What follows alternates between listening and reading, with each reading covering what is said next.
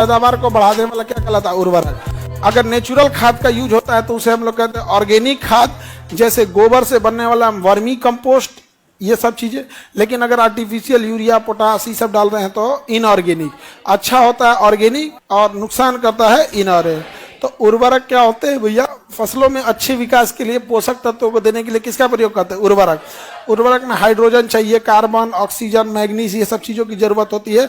उपयुक्त पोषक तत्वों में हाइड्रोजन, कार्बन, ये सब की चीजों की क्या होती है? जरूरत होती है। इसी के लिए हम लोग उर्वरक का प्रयोग करते हैं। उर्वरक दो टाइप का होता है, एक जैविक उर्वरक, एक अजैविक। अजैविक मतलब रासायनिक उर्वरक। रासायनिक उर्वरक का प्रयोग अभी ज्यादा हो रहा है। जैविक उर्वरक यानी ऑर्गेनिक इसमें कम हो रहा है। गोबर हो गया, मल मूत्र हो गया, जानवरों के अपशिष्ट पदार्थ हो गए, सड़ा गला पत्तियां हो गई, भोजन हो गए, इन सब चीजों को सड़ा गला के उसके बाद जो खाद बनाते हैं वो ऑर्गेनिक होता है।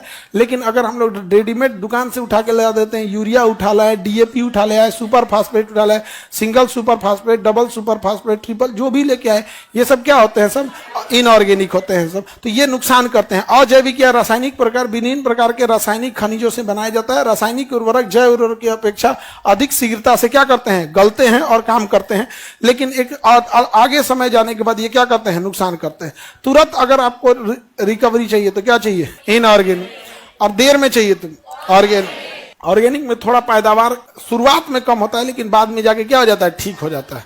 शुरुआत में ठीक बात। इसमें एक फायदा ये है कि अगर आप ऑर्गेनिक खेती किए हैं तो इससे बनने वाली फसल जो होती है वो महंगी बिकती है।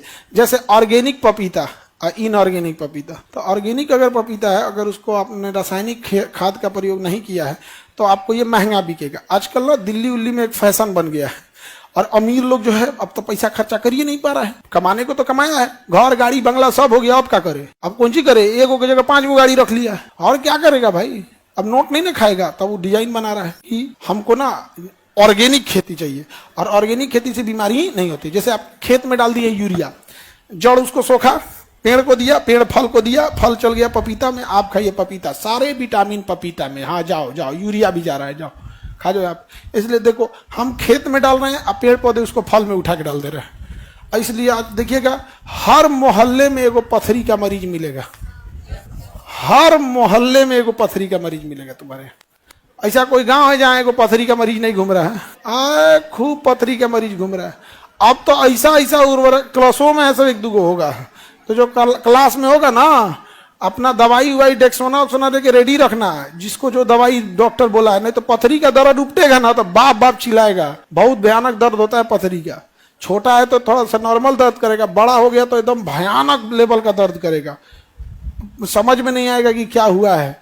तो अपना दवा लेके रखना और एक दूगो को अगल बगल में बता के रखना। कई गो में लजाता है, सही हम नहीं बताएंगे तो उलट जो। तब या तो इलाज करा लो, तुमको इतना ही इलाज लग रहा है तो इलाज करा के खत्म कर लो।